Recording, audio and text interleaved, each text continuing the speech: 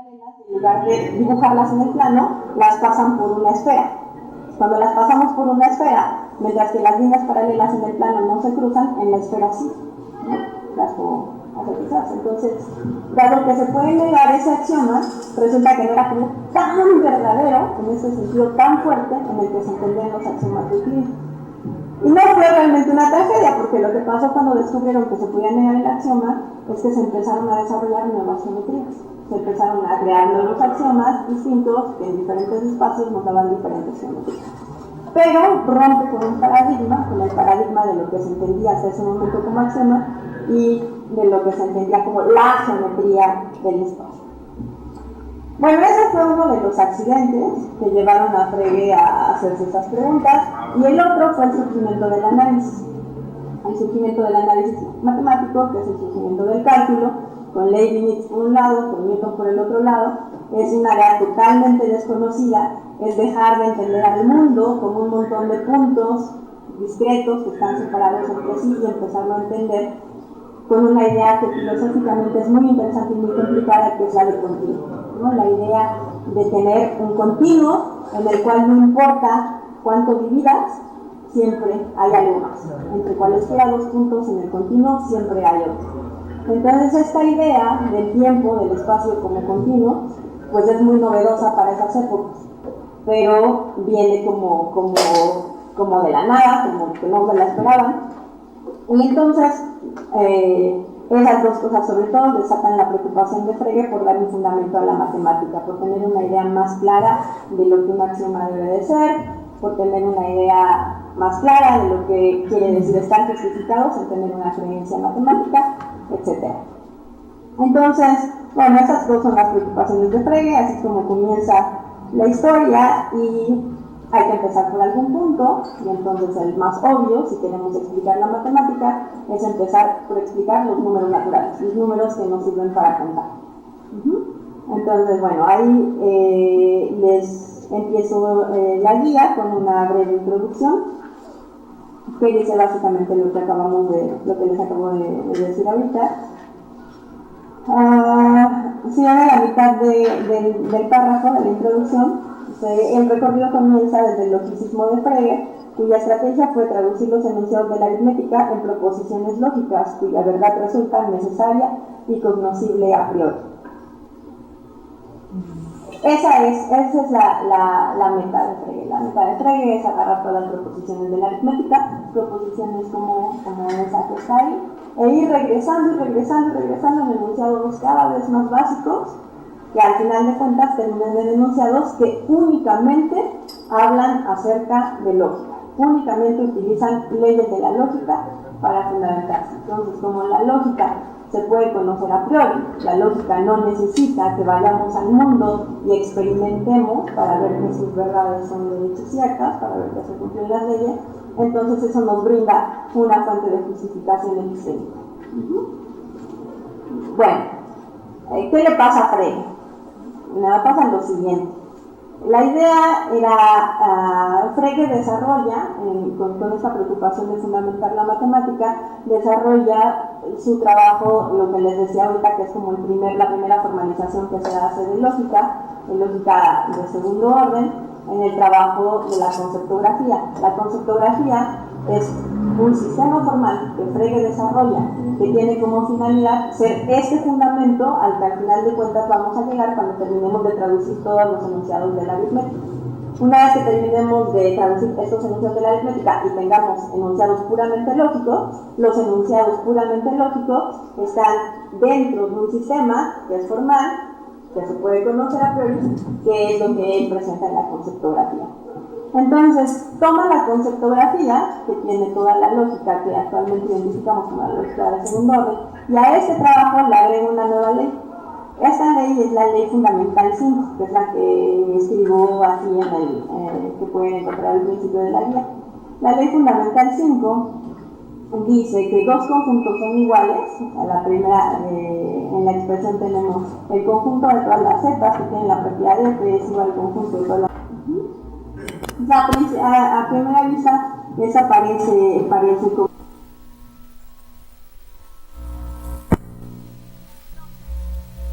Ya que tiene esta ley sumada al aparato lógico de la conceptografía, Frege empieza a tratar de traducir los enunciados de la aritmética a enunciados en ceros, pero los enunciados hablan acerca de algo. Ese acerca de algo que hablan los enunciados de la aritmética son los números. Entonces, lo que necesitamos para empezar a hacer la derivación de la verdad de las leyes de la aritmética, de los números, necesitamos la definición de número. Y una vez que tengamos la definición de número, la metemos en este sistema formal y sacamos las demostraciones que estamos buscando, sacamos la traducción que estamos buscando a enunciados puramente lógicos. Ustedes tienen la definición de número, después de todo un análisis filosófico muy complejo, muy profundo que hace Frege, llega a la definición que escribo acá, que es la definición número 1, que el número que corresponde al concepto f es la extensión del concepto equinumérico con f. Bueno, esa es la definición que da Frege, que como podrán ver, no es nada intuitiva. Cuando uno lee esto, es así como que... ¿Qué quiere decir eso? Les pongo aquí un ejemplo, ¿no? Digo, por ejemplo, el número que le corresponde al concepto ser enanito de Blancanieves es la extensión del concepto equinumérico con el concepto ser enanito de Blancanieves. Eso, dicho en un lenguaje moderno y bastante simplificado, quiere decir que el número que le corresponde a la colección de los enanitos de Blancanieves no es otra cosa sino la extensión del concepto tener el mismo número de elementos que el conjunto de los enanitos de Blancanieves. Esto suena muy complicado, pero ya dicho como en palabras más entendibles, ya después de leer mucho, de que se ha leído mucha Frege y de muchas interpretaciones, ¿qué es el número 7? ¿No? ¿Qué es el número que le corresponde a los enanitos de Blancanieves, a esa colección en particular? El número que le corresponde es la clase, o sea, el conjunto, pero en ese entonces no estábamos hablando de conjuntos como ahora que hablamos de conjuntos, porque todavía no llega a esta teoría, la teoría del conjunto. Entonces, la clase de todas las clases que tienen 7 elementos. Entonces, ¿qué es lo que está diciendo Frege? Está diciendo, tú te puedes tomar una propiedad, la que quieras, en este caso tener 7 elementos, y a esa propiedad tú puedes tomarte un conjunto de todas las cosas que tienen esa propiedad. Entonces, dada una propiedad cualquiera, digamos que en este caso, por ahí incluí la demostración, ahorita la vemos, pero dada una propiedad cualquiera, siempre te puedes tomar, o sea, la propiedad cualquiera está dicha, digamos, en el lado derecho del bicondicional de la ley fundamental 5. De ahí se sigue el lado izquierdo, ¿no? Es un sí, solo sí, entonces el lado izquierdo es consecuencia del derecho y el derecho es consecuencia del izquierdo. En particular tenemos que el lado izquierdo, que hay este conjunto que es igual al otro conjunto, se sigue del otro lado, del hecho de que a los individuos que tienen la misma propiedad, los puedes asociar entre sí. Bueno, más o menos se entiende qué es la idea de número para Frege, cómo es esta cosa, es como un superconjuntote, ¿no? Un superconjuntote que está formado de todos los posibles conjuntos de n elementos. Ok. Bueno, ¿cuál es el problema con esa historia? El problema con esa historia es que nos lleva a la famosísima paradoja de Russell. ¿Han oído hablar de la paradoja de Russell?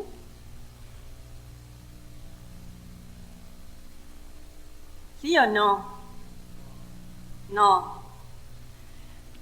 A lo mejor han oído hablar de ella en otras palabras. La paradoja de Russell es, bueno, una de las maneras en las que se puede decir es esta famosa paradoja del mentiroso o del barbero.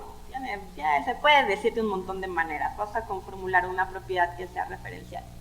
¿Cuál se sabe, la del barbero o la del mentiroso? ¿La del mentiroso? A ver, ¿quién dijo la del mentiroso y quién dijo la del barbero?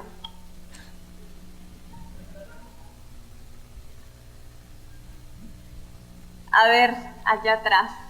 ¿Qué dice la paradoja de ¿Tú cuál dijiste, la del mentiroso o la del barbero? A ver, la del mentiroso.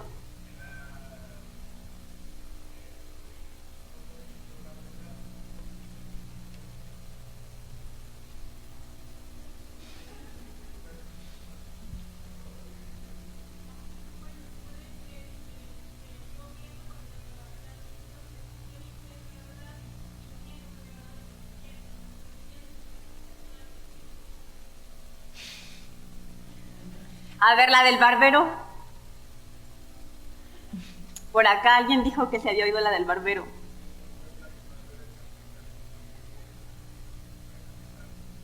Ajá. Exacto. En la versión del barbero, hay, como lo dijo su compañero, si no lo escucharon, hay un barbero cuyo trabajo es afeitar a todos aquellos que no se afeitan a sí mismos. Entonces, claramente, pues el barbero afeita a todos los del pueblo, pero la pregunta es si el barbero se afeita o no a sí mismo. ¿Se afeita o no a sí mismo? A ver, ¿a quién le suena que sí se afeita a sí mismo?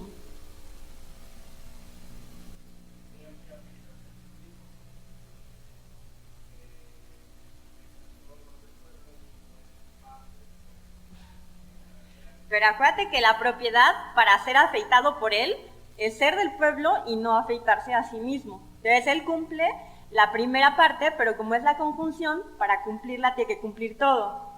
Entonces, pero por ahí va la intuición, ¿no? Parece que pues sí se afeita a sí mismo porque si no quiere lo afeita, ¿no? Si él es el barbero. El punto es, si se afeita a sí mismo, entonces no se afeita a sí mismo. ¿Por qué? Porque él es el que afeita a los que no se afeitan a sí mismo. Entonces, tener la propiedad de ser afeitado por él implica no ser afeitado por sí mismo, o sea, no ser afeitado por él, ¿no? Pero si me dice, bueno, entonces no se afeita a sí mismo. Chin, pues entonces se tiene que afeitar a sí mismo, porque él es el que afeita a los que no se afeitan a sí mismos. ¿No? Entonces, no hay salida. Si no se afeita a sí mismo, entonces se afeita a sí mismo. Y si se afeita a sí mismo, entonces no se afeita a sí mismo. La manera en la que se estructura la paradoja, ya muy claramente utilizando la teoría del conjunto actual. Ahí se lo describí en el handout, en la guía. La podemos escribir así. Vamos a llamar a este conjunto un conjunto rosellano. Se puede formular de muchas maneras, pero considerar el conjunto nos va a servir porque ponemos la idea de que es una tres. Entonces, piensen en R, el conjunto que tiene la siguiente propiedad. R está compuesto por todos. Una propiedad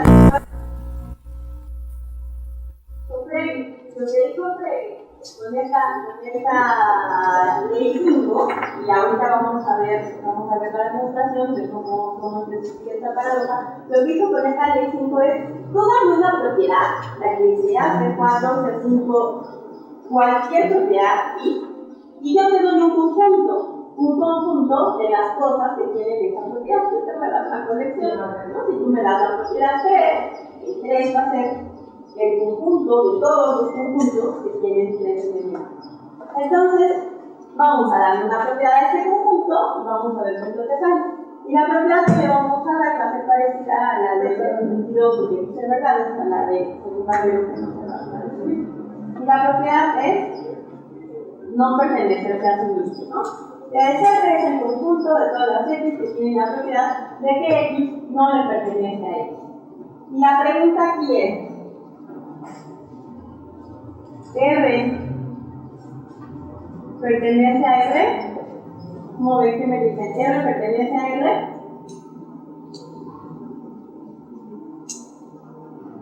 ¿Es un elemento R de este conjunto?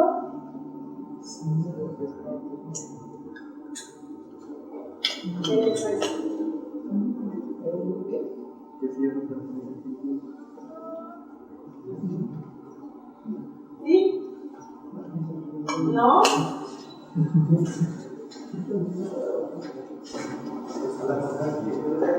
Aquí le suena que sí pertenece R a R. ¿Qué pasa si R pertenece a R? R no pertenece a R, ¿verdad? Porque si R pertenece a R, eso lo que quiere decir es que se cumple esa propiedad. Pero esa propiedad es no pertenecerse a sí mismo. Entonces, si R pertenece a R, la consecuencia es que R tiene que tener la propiedad que determina R. Pues la propiedad que determina R es no pertenecerse a sí mismo. Entonces, R no pertenece a R. Pregunta, entonces, ¿R no pertenece a R? Tampoco, ¿verdad? ¿Por qué no podemos decir que R no pertenece a R? Porque entonces pertenece a R, ¿verdad? ¿Ya vieron que es la misma? ¿Sí ven que es la misma estructura que la del barbero? Sí, ¿no? O sea, se ve que de fondo está la misma situación. ¿Qué? Si R no pertenece a R, entonces tiene esta propiedad. Lo que nos dice Frege es que la propiedad determina un conjunto. Entonces, tener esta propiedad es suficiente para decir que R pertenece a R. Entonces, parto de la afirmación y llego a la negación, parto de la negación y llego a la afirmación. Tengo dos contradicciones, una doble contradicción. Eso es una paradoja. ¿Sí? No hay manera de salir. Bueno, resulta que esto estaba dentro del sistema que Frege había construido con tanto cuidado durante varios años, que hizo los relatos. Entonces, imagínense el impacto cuando le llega la carta en 1902 de Russell diciéndole que su sistema contiene una contradicción. O sea, fue devastador.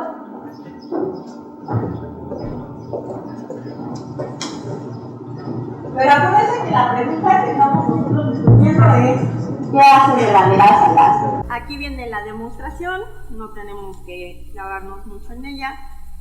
Al final de la hoja 1 y de la hoja 2 viene más o menos un pequeño bosquejo que dio Shapiro en 1991 de la demostración de cómo es que la ley 5 implica la existencia de un conjunto que tiene esa propiedad. O sea, yo doy una propiedad y entonces esta ley me garantiza que esa propiedad determina un conjunto. Bueno, así nada más rapidito, antes de pasar a las cuestiones de filosofía del lenguaje, les platico en qué termina la historia de la paradoja. Pues ahora ya tenemos tres problemas. Uno, la geometría, en la que se había creído y se le había puesto toda la fe y toda la confianza durante toda la Grecia antigua y muchos años después, pues resultó no ser tan verdadera, ¿no? De hecho, actualmente no se piensa que la geometría euclidiana sea la mejor geometría para descubrir cómo es de hecho nuestro espacio físico. Entonces, primera tragedia, la geometría no resultó ser la buena, los axiomas no resultaron ser indubitables. Segunda tragedia, sale el análisis, está muy bueno, trae cosas muy interesantes, pero no lo entendemos bien. Tercera tragedia, hay paradojas. Entonces, la preocupación se vuelve todavía mayor, hay más cosas todavía que resolver, y por lo menos en este aspecto de las paradojas, y de hecho también en el aspecto de las geometrías y de los axiomas, algo que le devuelve mucho la tranquilidad a la matemática es la teoría de conjuntos. Llega Cantor con la teoría de conjuntos, y la teoría de conjuntos lo que nos da es todo un sistema, todo un aparato que nos permite hablar de cosas matemáticas en terrenos seguros. Entonces ahora lo que se hace es que cuando tú afirmas que hay una propiedad que determina un conjunto, dices, ok, pero estamos sobre un universo. Empiezas con un universo. ¿Recuerdan esos diagramitas de Venn que se hacían en la primaria y en la secundaria? Que era un rectángulo con círculos y que pintaban la intersección y la unión y así. El rectángulo de afuera, o sea, la idea se pudieron haber puesto los círculos sin el rectángulo. Pero si hubiéramos puesto los círculos sin el rectángulo, ¿sí saben de qué les hablo? Pues ya no se ven los diagramas de Venn ahora. Porque si no se ven, eso es muy triste para Venn porque fue lo único que hizo en su vida. Entonces, si ya la gente se olvidó de los diagramas de Venn, o sea, el pobre va a estar ahorita olvidado en su tumba.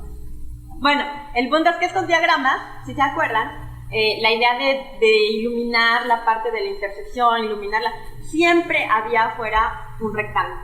Ese rectángulo es lo que permite que no pasen estas cosas, que no haya cosas muy grandes, o sea, todas las propiedades van a estar siempre restringidas a un dominio de universo que está controlado, ¿no? Tenemos un universo en el cual podemos hablar y sabemos que todo subconjunto de un conjunto es un conjunto, que la unión de dos conjuntos es un conjunto, Toda esa axiomatización de la teoría de conjuntos vino hasta después.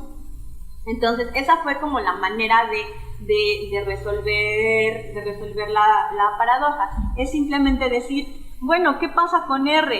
¿Está o no está? No tiene sentido esa pregunta. No tiene sentido esa pregunta porque R ni siquiera es un conjunto.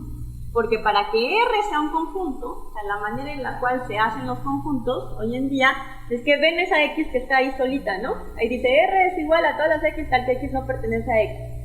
Ahora lo que hacemos es decir, un conjunto cualquiera A es el conjunto de todas las X en el universo, tales que cumplen tal propiedad.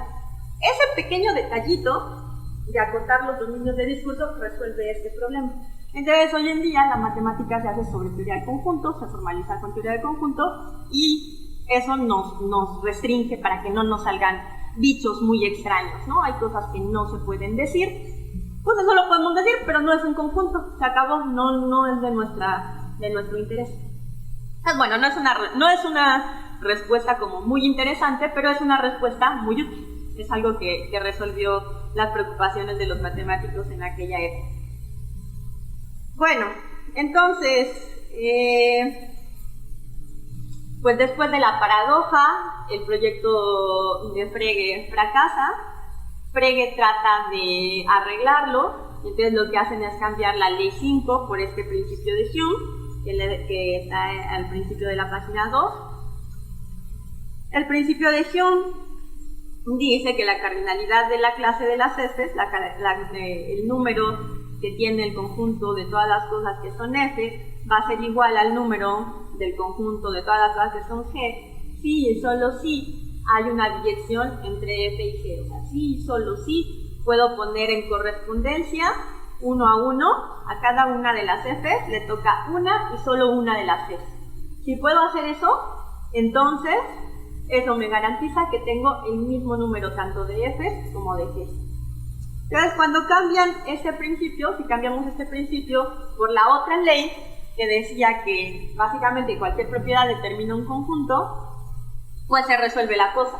Entonces, este principio más la lógica de segundo orden, que recuerden que Frege desarrolló en la conceptografía, es capaz de demostrar todas las proposiciones básicas, todos los axiomas de la aritmética actual, que se le llama la aritmética de Peano, que son los números naturales, así como los trabajan los matemáticos hoy en día.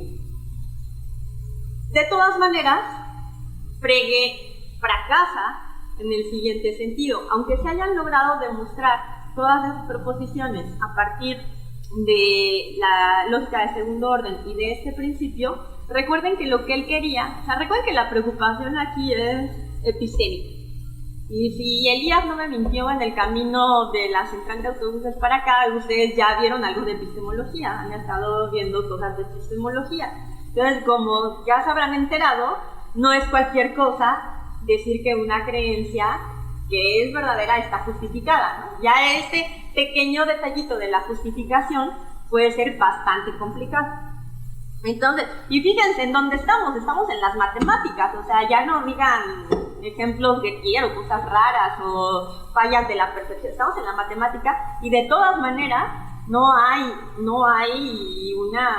una idea clara de cuándo una creencia va a estar justificada, cuando vemos que pueden pasar ese tipo de cosas, por ejemplo, ¿no? Y que no podemos simplemente decir, bueno, las matemáticas las demuestras con lógica y ya, y son verdaderas por eso, ¿no? Además, uno podría preguntar cosas como, bueno, un niño pequeño, un niño de 7, 8 años, tiene cierto conocimiento matemático y es incapaz de hacer una demostración. ¿Dirías que por eso él no está justificado en las creencias que tienes? El niño te dice, tengo 5 canicas, y de hecho tiene 5 canicas, no puede decir, no, primero muéstrame que la suma de 1 hasta 5 que tienes igual a la cardinalidad del conjunto que... No, o sea, el niño no tiene ni idea. Y uno no diría, no está justificado el niño en pensar que tiene 5 canicas. Él está justificado en que el número de canicas que de hecho está ahí es 5. Entonces no es una cosa menor, no es tan simple como mandarle el pleito a la lógica y decir, bueno, si la lógica está justificada, las matemáticas lo están. Entonces, derivar los axiomas de la aritmética, de la lógica de segundo orden, más el principio de Hume, aunque es un buen logro, o sea, es algo que está padre, no era lo que quería Frege, y no era lo que quería Frege porque este principio de Hume, que les leí ahorita, que es el de que la cardinalidad de las F es la misma que el de las T si los puedo poner uno a uno, cada F con cada G, ese principio no es un principio puramente lógico. No es un principio puramente lógico porque ya está hablando de cosas más raras, ya está hablando de direcciones, ya está hablando de conjuntos, de cardinalidades. Si tengo teoría de conjuntos, lo puedo decir, pero solamente con lógica. Y es que fíjense, la lógica tiene algo muy particular. Lo que tiene la lógica, es irónico, porque lo que tiene de particular es que es muy general. O sea, la lógica no habla de cosas particulares, la lógica habla de verdades generales. Entonces, ¿qué es lo que realmente está haciendo Frege? Lo que realmente está haciendo Frege es tratar de sacar de la lógica algo de lo que hablen los enunciados de la aritmética. Pero la lógica no parece tener ese algo, ¿no? Parece que necesitamos algo más, necesitamos que haya de verdad ciertos objetos, en este caso los números, de los cuales van a hablar las leyes de la lógica. Entonces es un fracaso. ¿Qué es lo que pasa? Lo que pasa es que Frege tiene este compromiso muy en serio. Entonces, él está pensando en 3 niveles filosóficos diferentes. Uno de ellos es metafísico, otro de ellos es epistémico y otro de ellos es lingüístico. Entonces, fíjense, en el nivel metafísico, Frege piensa que el mundo está dividido en solamente 2 tipos de cosas. Uno son los conceptos y el otro son los objetos. Nosotros tenemos objetos y tenemos conceptos. Los conceptos tienen la propiedad, la manera en la que identificamos a los conceptos es que tienen un lugar. Los conceptos están vacíos y lo que tienen es un lugar que puede ser ocupado únicamente por objetos. ¿Sí? ¿Está muy raro eso? No, ¿verdad? ¿Estaba más raro lo de la inducción?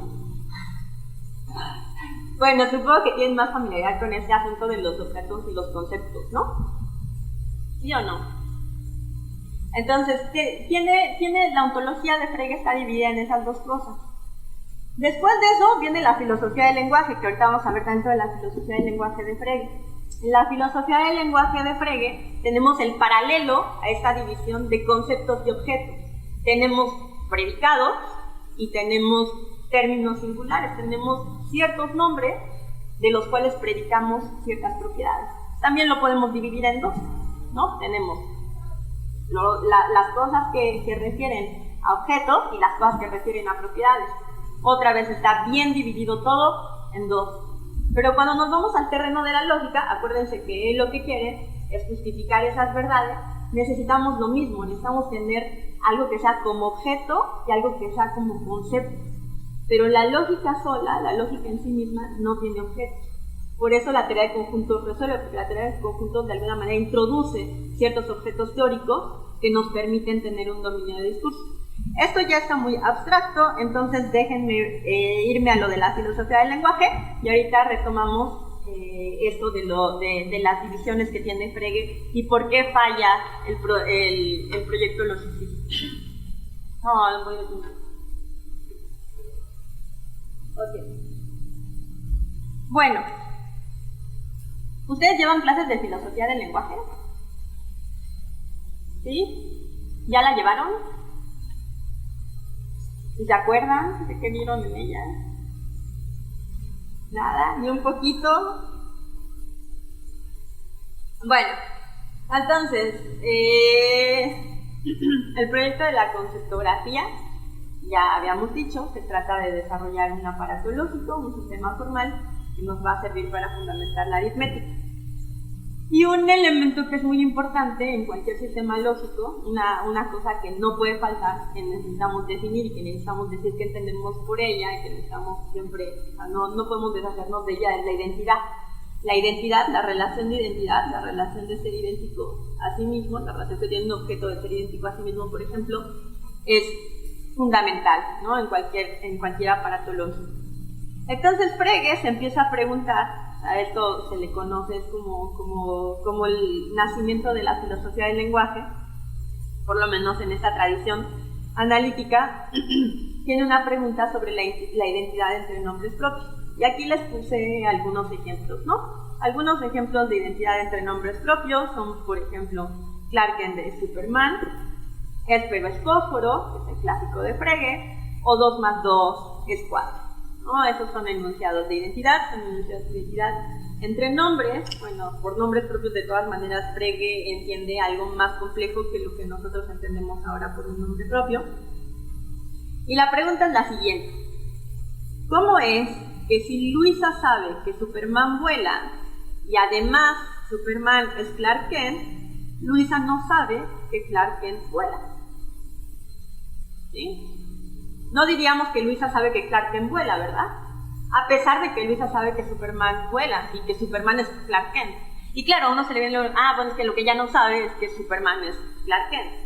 Pero fíjense, va más allá de eso. O sea, abajo puse una esquemita y se dice phi de X, la propiedad que tiene X, de que Luisa crea acerca de X que X vuela. O sea, ese Superman dice Clark Kent.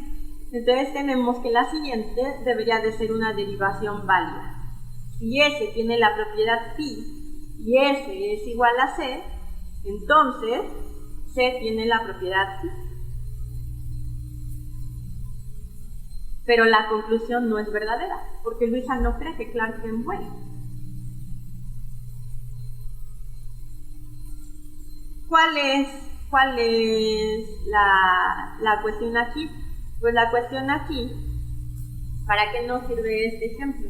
Lo que quiere decirnos Frege es que los enunciados de identidad tienen algo adicional que nos permite adquirir conocimiento. O sea, el hecho de que Clark Kent sea Superman no es suficiente para que Luisa tenga el conocimiento de que Clark Kent vuela, ¿no? Ella necesita saber también, tener conocimiento de esa identidad. Entonces, cuando Frege está investigando la naturaleza de estas identidades y cómo es que nosotros podemos saber que Espero es la estrella vespertina que se mira en el cielo, ¿no?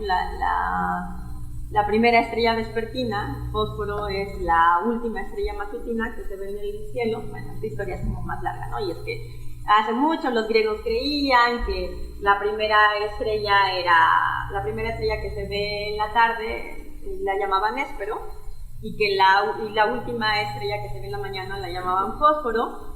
Pero lo que se sabe hoy en día que ellos no sabían es que tanto Espero como Fósforo son Venus.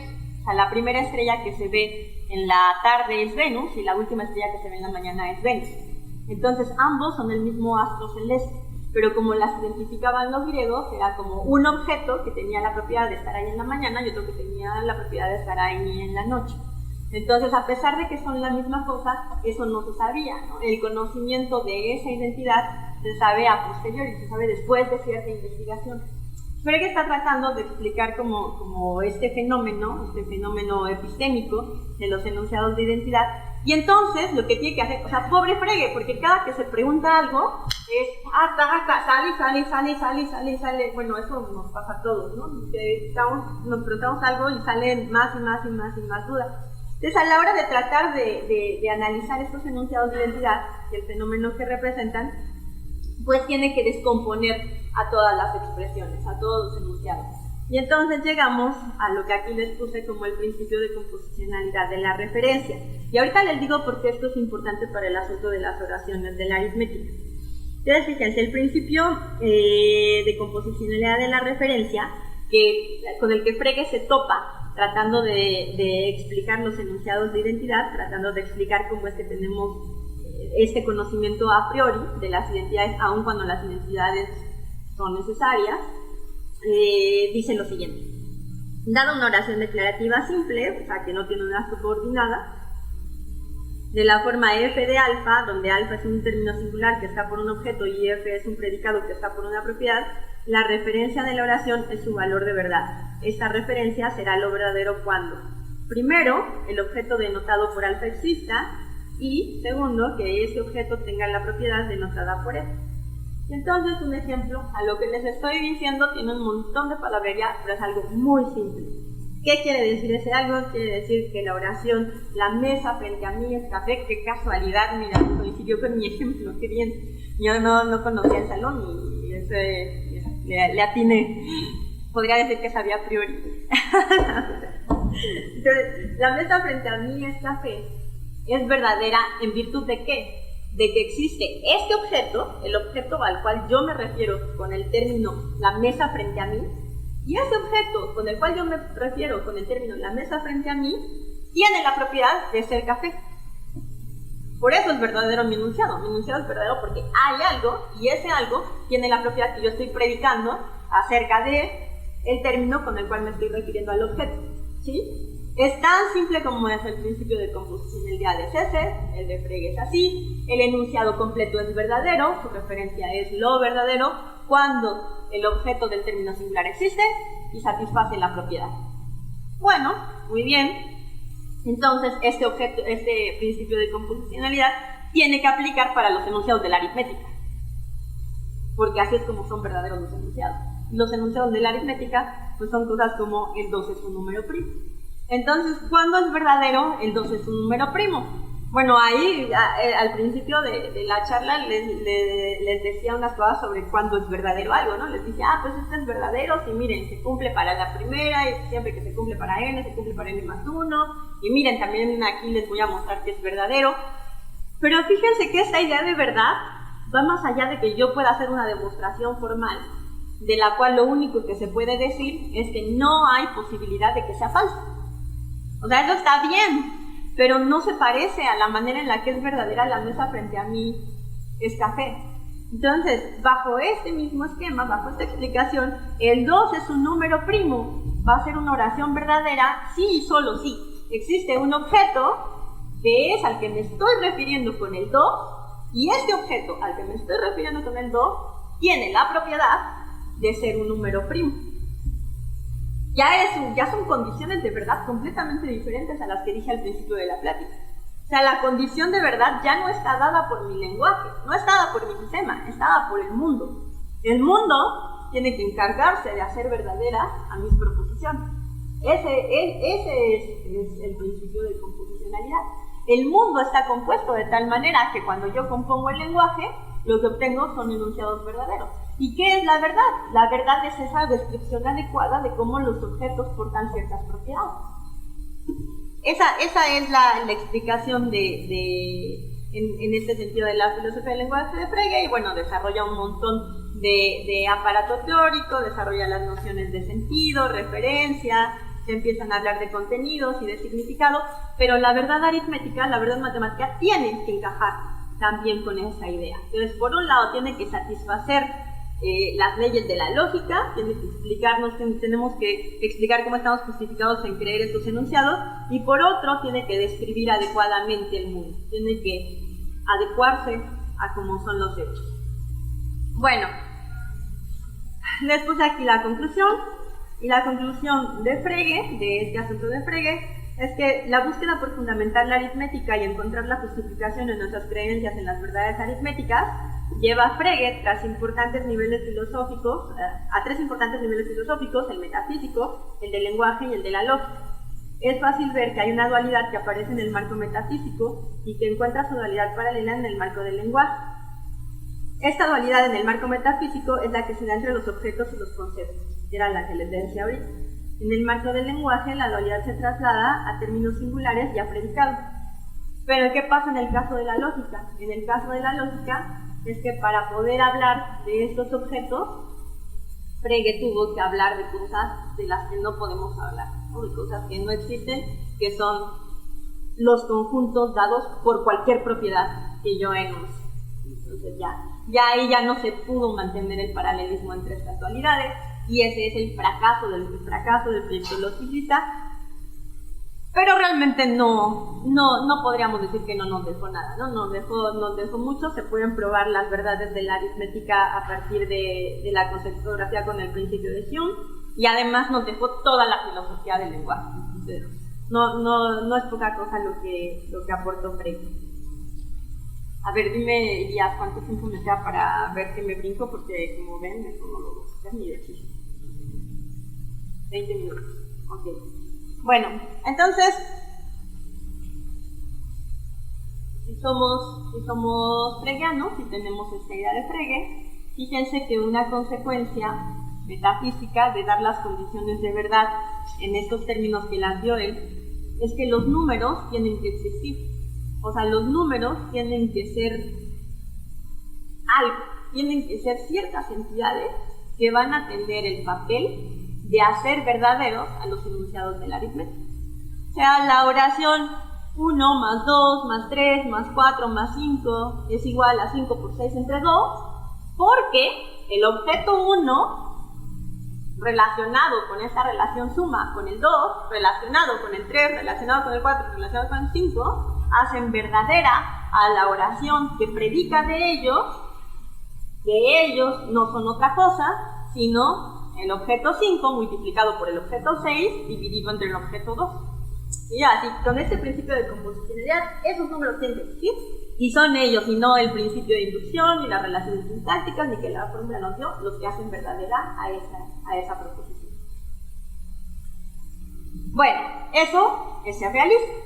La realista en el sentido no cotidiano, o sea, creer en la realidad de los objetos, creer en la realidad de los objetos matemáticos como aquellos que hacen verdaderas a las proposiciones. ¿Cuál es el problema de ser realista? Bueno, hay muchos problemas que nos trae ser realista, pero uno de los más conocidos es el que se le conoce el dilema de Benacerraf. Si ven, toda esta historia de Frege hace muy sensato pensar que los números existan. O sea, si la mesa hace verdadera la proposición, la mesa enfrente de mí es café, ¿por qué el 2 no va a ser verdadera a la proposición 2 más 2 es igual a 4? Y bueno, ¿y por qué? O sea, se le ocurre a mucha gente ¿por qué? ¿Por qué? Porque postular entidades que no podemos ver, ni tocar, ni tenemos ningún tipo de contacto con ellas, de esta forma causal, con nuestros mecanismos de percepción, siempre suena raro. Entonces la gente se empieza a burlar y empieza a decir cosas como: ay, si tú y tus universos platónicos en los cuales existen los números, y anda por ahí el 2 y se encuentra con el 4. O sea, se lleva la caricaturización porque genera mucha, o sea, hay como un espíritu cientificista que nos lleva a rechazar cualquier entidad que no podamos comprobar científicamente, que no podamos ver con un microscopio, o que no podamos dar cuenta de cómo se constituye dentro de toda la explicación física que tenemos del mundo. Eso es como lo que está detrás de rechazar un realismo. A favor de aceptar un realismo, pues está lo que les estoy diciendo de Frege, ¿no? O sea, ¿quién si no el 2 va a ser verdadera esa proposición? ¿Cómo va a ser verdadera? Entonces, Benacerraf plantea este dilema en 1973, que es: parece que no podemos explicar cómo es que los enunciados de la matemática son verdaderos. No podemos explicar la verdad de la matemática. ¿Por qué no podemos explicarla? Porque siempre tenemos uno de estos dos problemas que ya les platiqué a grandes rasgos. Entonces, él organiza muy bien la cuestión de esta forma. En la página 3 de la guía que me hizo favor Elías de repartirle, está el dilema de Benacerraf, y tenemos dos incisos A y B, que son dos preocupaciones que dice que toda teoría de la verdad matemática debe de atender. La primera es la preocupación por disponer de una teoría semántica homogénea entre las proposiciones del lenguaje natural y las del lenguaje matemático.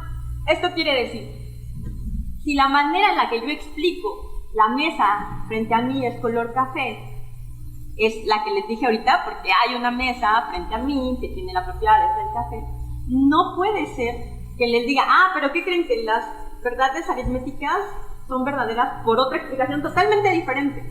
Porque fíjense que si eso fuera así, querría decir que hay como dos tipos de verdad. Una, la verdad sobre el mundo, la que se hace verdadera porque los objetos cumplen las cosas que predicamos acerca de ella. Y otra, la verdad de las matemáticas, que quién sabe cómo se comporte, que no tenemos ni idea, pero pues es otra verdad. O sea, cada quien tiene su verdad. Las matemáticas la suya y los no matemáticos tienen la suya. Y esto parece una consecuencia que no es deseable. O sea, no pensamos que la verdad sea algo así, ¿no? Que se comporta de una forma y que luego aparece de otra. O sea, la verdad, si es que tal cosa tiene sentido, tiene que ser algo que persista en los diferentes aspectos, en las diferentes ramas del lenguaje, en los diferentes fragmentos del lenguaje. Y después tenemos la preocupación acerca de que la explicación de la verdad se combine con una epistemología razonable que haga inteligible cómo es que adquirimos conocimiento matemático. Es decir, tengo que ser capaz no solo de decir cómo es que son verdaderos los enunciados, sino de decir cómo yo puedo conocer su verdad. Porque fíjense que el contraste entre el caso de la mesa y el caso del do es que si yo les digo, la mesa que está frente a mí es café, y ustedes miren, ¿cómo sabes? O sea, ¿por qué estás diciendo eso? Yo digo, la estoy viendo, o sea, la estoy viendo. Además, vino el señorcito y traía una cubeta de pintura café y la pintó de café. Y no, tengo maneras de justificar mediante mis relaciones con la mesa, la manera en la que yo me relaciono con la mesa, cómo es que tengo conocimiento de esa proposición. Pero si yo les digo 2 más 2 es igual a 4, y eso, y me dicen ustedes, ¿cómo lo sabes? Y yo no tengo una explicación de ese tipo, de cuando hice la inducción o la pruebita por las fórmulas, yo no les puedo decir, pues porque acabo de verlo, y luego lo vi por allá, y cuando se juntaron, salió el 4. O sea, no hay manera de justificar con ese tipo de argumentos la verdad de una proposición matemática. Entonces hay dos preocupaciones que parece que no se pueden atender al mismo tiempo. ¿Cómo dividimos el tipo de explicación como la que escribí en el pizarrón y la que les di sobre la mesa? Bernat Serrat las pone como una es la forma estándar de la explicación de la verdad matemática y otra es la forma combinatoria. La forma estándar es una explicación semántica que se da en términos de los nombres y cuantificadores que pueden contener las proposiciones. Esa estándar es ¿por qué la oración la mesa frente a mí es café? Es verdadera porque la mesa frente a mí es café. Y eso es suficiente para que la oración sea verdadera. Eso es la forma estándar. Y la forma combinatoria, que se construye por medio de concepciones que asignan valores de verdad a los enunciados, en particular de la aritmética, sobre la base de ciertos hechos sintácticos. Entonces vamos a brincarnos la explicación que está aquí como detallada y vamos a irnos a las explicaciones combinatorias. Una explicación combinatoria es como la del principio de la charla, cuando les decía por qué la suma de los primeros n números naturales es n por n más 1 entre 2. ¿Y cuál es el problema de esto? Un problema es el que les dije ahorita, que es muy diferente de nuestra explicación de la verdad en el lenguaje cotidiano. Y el otro problema, que es mucho más grave para los matemáticos, para quien tenga interés en la formalidad de las matemáticas, son los teoremas de Gödel. ¿Han escuchado hablar de Gödel? Elías, ¿qué les das en tu clase? Mira, no han escuchado hablar de Gödel. ¿Alguien ha escuchado hablar de Gödel? Más o menos, alguna vez, quizá, en una caricatura. Bueno, Gödel es un matemático muy famoso y su mayor contribución son estos dos teoremas que les escribí aquí, que se les conoce como los teoremas de incompletud de Gödel. Son unos teoremas que son muy fuertes, son muy complicados de probar, que de hecho la demostración original de Gödel es sumamente complicada. Y lo que dicen estos dos teoremas, y la razón por la cual los traigo a colación, es para que vean por qué un tipo de explicación como esta de la inducción, o estas que son totalmente sintácticas, que están basadas en los sistemas formales, no es aceptable. Entonces, fíjense, estos teoremas dicen, el primer teorema dice que cualquier teoría aritmética recursiva que sea consistente es incompleta. Y volvemos a estos asuntos como autorreferenciales. Chequen esta proposición, la proposición G. La proposición G dice lo siguiente: G no puede demostrarse en S. ¿Okay? Es un sistema formal, es un conjunto de proposiciones con ciertas reglas de inferencia, y entonces decimos que algo se demuestra en él si podemos llegar de una proposición a otra aplicando un número finito de veces las reglas de inferencia. Eso es hacer una demostración en un sistema formal. Esta proposición G está ahí adentro. Tengo una proposición que dice de sí misma que no se puede demostrar en eso. Y entonces la pregunta es, otra vez, ¿la proposición es falsa o es verdadera? A ver qué me dicen, ¿la proposición es falsa o es verdadera?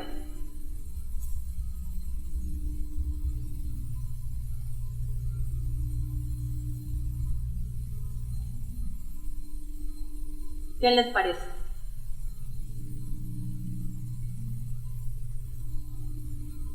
No se puede demostrar, ¿verdad? No se puede demostrar. ¿Por qué no se puede demostrar? ¿Qué pasaría si se pudiera demostrar? Sería falsa, ¿no?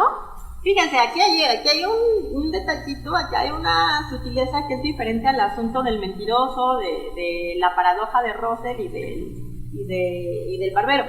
Si G no puede demostrarse en ese, ¿es falsa o es verdadera? Ok, no se puede demostrar, porque si se pudiera demostrar, entonces sería falsa, y entonces tendríamos un sistema que demuestra falsedades.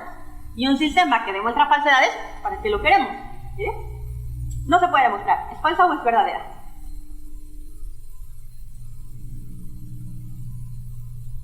Fuerte. ¿Es qué? A ver, si es verdadera, ¿cómo se demuestra? ¿Pero es falsa o es verdadera?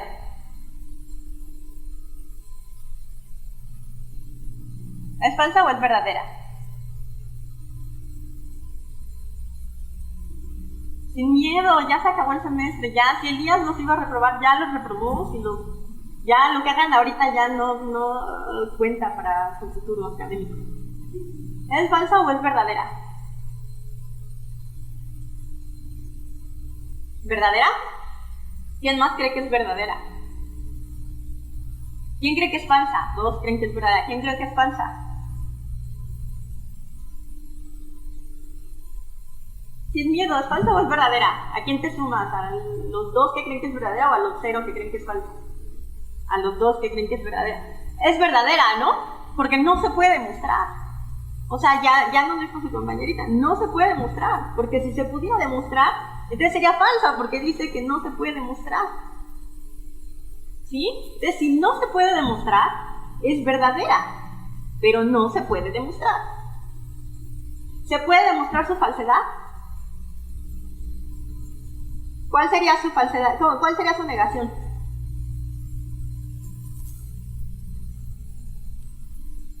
Que sí se puede demostrar, ¿no? La negación de G sería G se puede demostrar en S. ¿Eso se puede demostrar? No, porque es falso, porque G no se puede demostrar, ¿no? Entonces, fíjense, ¿cuál es el punto de esta proposición? El punto es que es verdadera, porque G no se puede demostrar. Pero es indemostrable. ¿Qué nos enseña Frege? Nos enseña que verdad y demostrabilidad no son la misma cosa. Que mientras que hay cosas verdaderas, ¿por qué? Porque nos podemos dar cuenta de fíjense que esto es verdadero, como la mesa enfrente de mí es café es verdadero. Es verdadero, ¿por qué es verdadero? Porque no se puede demostrar, porque el predicado es verdadero acerca del sujeto, que no se puede demostrar. Es verdadera en esta noción estándar, semántica, en esta noción, pero no se puede demostrar. Entonces no es verdadero en el otro sentido formal de demostración, de consistencia, de la. Entonces, como verdad y demostrabilidad no son la misma cosa, decirles, ay, miren, las proposiciones de la aritmética son verdaderas porque las puedo demostrar, no es una buena respuesta. ¿Sí? El segundo teorema de incompletud de Gödel dice, lo puse con muchas palabras, en pocas palabras dice que la consistencia, que un sistema sea consistente quiere decir que no contiene contradicciones. Entonces nosotros queremos que nuestros sistemas formales sean consistentes. ¿Okay? El segundo teorema de Gödel muestra que la consistencia de un sistema no se puede probar adentro del sistema. Entonces, si, como Hilbert decía, una proposición es verdadera en virtud de pertenecer a un sistema consistente, fíjense, ¿no? Entonces, la verdad de la proposición, ¿cuál va a ser? No va a ser que los objetos que dicen el sujeto existan y que sea el predicado verdadero de ellos. Si la verdad fuera simplemente estar en un sistema que no contiene contradicciones, del cual puedo derivar demostraciones, entonces la justificación de esa proposición P sería la prueba de la consistencia del sistema. De nuevo, si yo digo una proposición es verdadera si solo si pertenece a un sistema que es consistente, ¿cómo justifico la verdad de la proposición? Pues probando que el sistema es consistente. Esa es mi justificación. Pero como Gödel demuestra que la consistencia no se puede probar dentro del sistema, no la puedo probar ahí.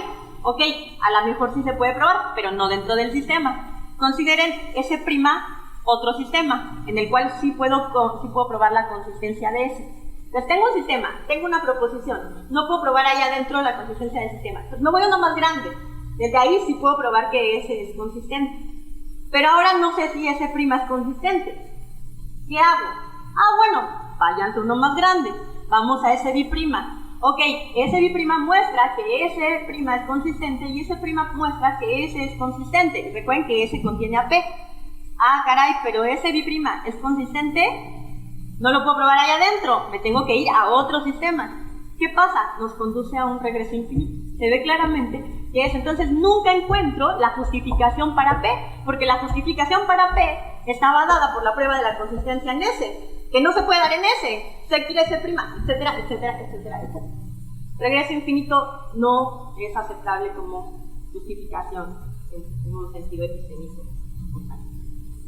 Bueno, entonces vamos a concluir porque ya tengo muchísimo tiempo hablando.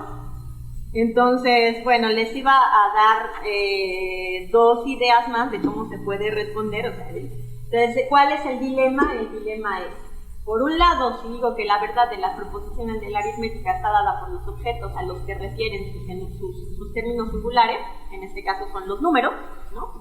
Los términos numéricos, por esos objetos, por el objeto nombrado por el término 2, por el término 4 y el término n. Si digo eso, tengo problemas para explicar cómo los conozco, porque no tengo ninguna relación causal con esos objetos abstractos. Por otro lado, si digo que la verdad se explica en términos de relaciones sintácticas en un sistema formal, están los teoremas de Gödel, y además tengo una explicación de la verdad que es muy diferente a mi explicación de la verdad en el lenguaje natural. Parece que ninguna de las dos salidas está disponible. No es tan oscuro el panorama, hay formas de salir. De hecho, estos dos que les había puesto a crear, el estructuralismo y el ficcionalismo, son dos formas de salir de la encrucijada. Hay otras, yo tengo como la mía propia, entonces como ya se nos acabó el tiempo, pues nos vamos a quedar con la idea de que existen. Como los matemáticos siempre estamos satisfechos con decir que la solución existe y es única. Entonces no se las voy a dar porque eso requiere como de otras 2 horas, pero pues ya será lo último que diga. Yo espero haber logrado el objetivo de transmitirles la idea de que la pregunta es interesante, que a pesar de que siempre damos por hecho que las matemáticas no mienten, que es tan verdadero como 2 más 2 es igual a 4, uno también se puede preguntar si de verdad es tan verdadero y en dónde descansa la garantía y la justificación de ese tipo de verdad.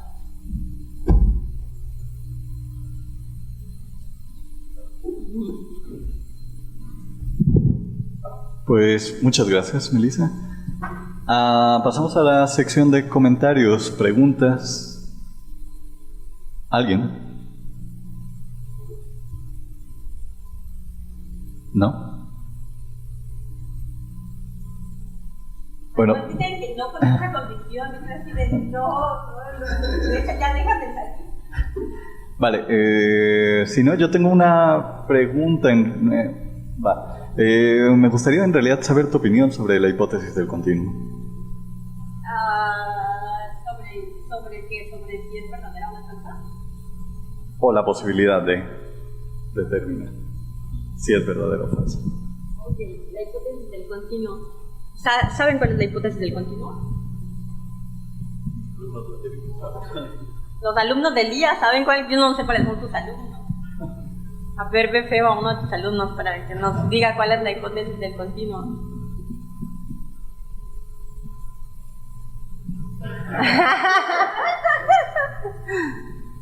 A ver, dinos más o menos, aunque sea una idea, ahorita la precisamos.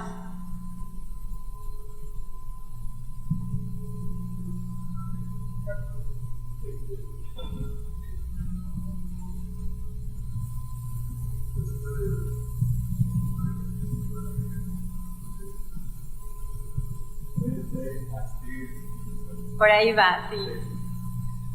Bueno, recuerdan que cuando empecé a platicar les decía, ¿no? Que como el análisis matemático con Newton y con Leibniz viene como a cambiar completamente nuestro panorama del mundo, todo revoluciona las explicaciones de la física, o sea, desde Arquímedes se entendía lo mismo por la física y entre otras cosas les dije que cambiaba la idea de un espacio discreto a un espacio continuo. Si un espacio discreto, pues es en el que hay puntos separados, y un espacio continuo, pues es en el que no importa cuáles dos puntos se tomen, siempre hay algo ahí adentro, ¿no? Entonces, en particular, los números naturales, esos que sirven para contar, son discretos. Son discretos y son un conjunto numerable. Los podemos contar, podemos ponerle a cada número pues una biyección, los pares también, o sea, 2, 4, 6, también los podemos contar, podemos decir 2 es el primer número, 4 es el segundo, 6 es el tercero, ¿no? Vamos a dar una biyección entre los naturales y los pares, que es una manera de contarlo. Los conjuntos que se pueden contar, que te permiten hacer eso, se llaman conjuntos numerables. Pero los números reales, que son los números sobre los que se basa el análisis matemático y que son esta recta continua, esos no se pueden contar. No se pueden contar porque no hay manera de dar una biyección 1 a 1 entre cualquier número real y cualquier número natural.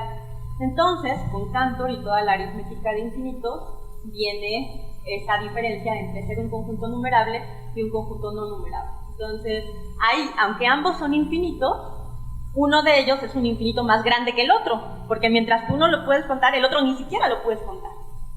Entonces, este nuevo infinito, este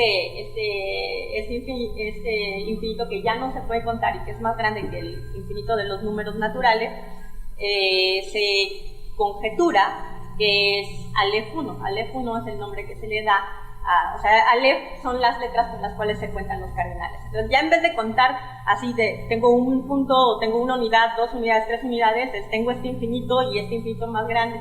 Entonces lo que no se sabe, o sea, la conjetura esta de la hipótesis del continuo, es si hay un infinito que sea mayor que el infinito de los números naturales, que es este normal, contable, al que puedo 1, 2, 3, 4, y este infinito que es el de los números reales. No se sabe si hay un conjunto que sea infinito de manera estrictamente mayor que los naturales y estrictamente menor que los números reales.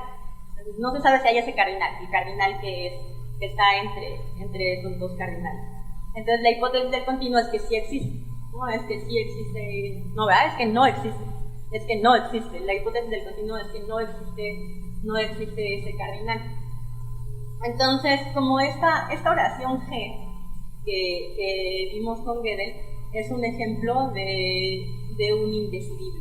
Un indecidible, como vimos ahorita, pues es una oración que no se puede demostrar ni ella ni su falsedad.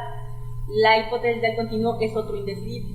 O sea, el enunciado que dice que la cardinalidad del continuo, la cardinalidad de los reales, es la inmediatamente siguiente a la cardinalidad de los números naturales, ese enunciado no se puede demostrar ni él ni su negación, ¿no? O sea, se tiene una consecuencia. Pero lo que me gustaría decir al respecto de esto y que tiene que ver con las verdades es que hay diferentes tipos de indecidibles. O sea, hay ciertos indecidibles como esta oración G que nos damos cuenta de su verdad. Que no se puede demostrar, es verdadera. Entonces, aunque no la podamos probar ni a ella ni a su negación, sabemos que es verdadera. Eso no pasa con la hipótesis del continuo. No es una oración que veamos y que digamos, ay, si ahí está, y pues el siguiente infinito, velo, ¿no? O sea, no hay esa, mira, ahí está la verdad. Entonces, hay otras, como el axioma de elección, que tampoco se ve inmediatamente, pero por ejemplo, el axioma de elección tiene una aplicación práctica. Si se supone verdadero, se pueden construir casi todas las matemáticas estándar, y si se supone falso, hay un montón de cosas que se quedan afuera que ya no se pueden reconstruir con teoría de conjuntos. Entonces, Lo que yo diría es que para discutir este asunto de los indecidibles es muy importante primero tener en mente la lección de Gödel. Demostrabilidad no es lo mismo que verdad. Que la hipótesis del continuo no sea demostrable y su negación tampoco lo sea, no nos dice si es verdadera o es falsa, ¿no? Por sí mismo. Para otras proposiciones como el axioma de elección podemos aplicar criterios pragmáticos y decir, pues es verdadera porque me sirve que sea verdadera. Ya, o sea, si no te gusta, pues ya ni modo, pero de todas maneras la voy a poner como verdadera. Pero con la hipótesis del continuo no estamos ni en un caso ni en el otro. Entonces, creo que es más enigmática justamente por lo mismo y que habría que explorar otro tipo de criterios, así como en los pragmáticos para decidir algo sobre el axioma de elección, ¿no? O en la G, que es muy fácil porque inmediatamente se ve la verdad, para determinar si hay buenas razones para comprometernos con la verdad o con la falsedad del enunciado, ¿no? Pero siempre tener en mente que verdad y demostrabilidad no son la misma noción. No te contesté nada, o sea, te contesté que puede ser verdadero o puede ser falsa. No sé. Gracias. ¿Alguien más? ¿Algo? Venga.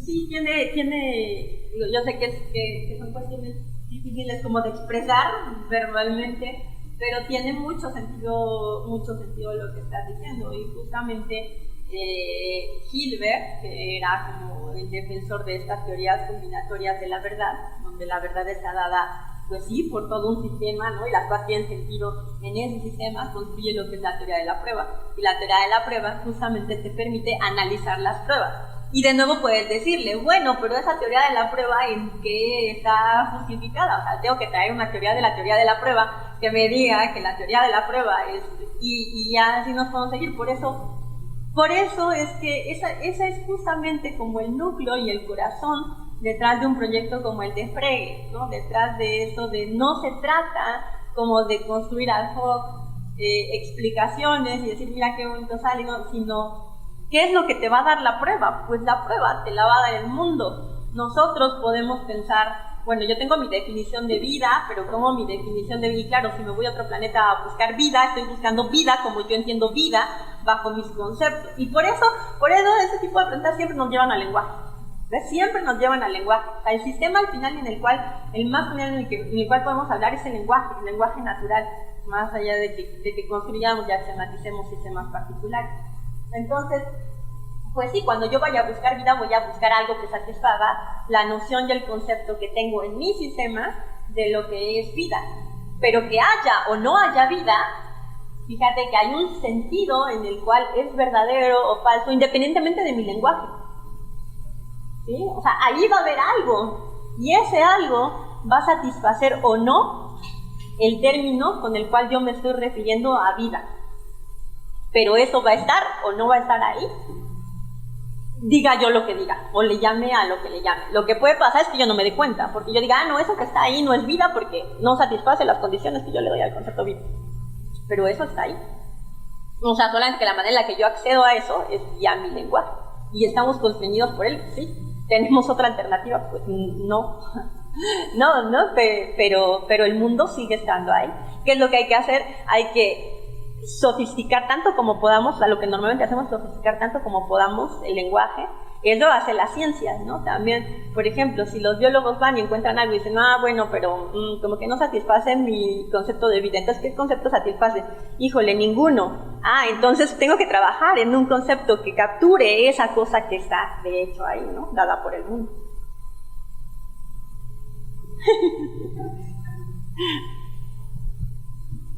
¿Alguien más?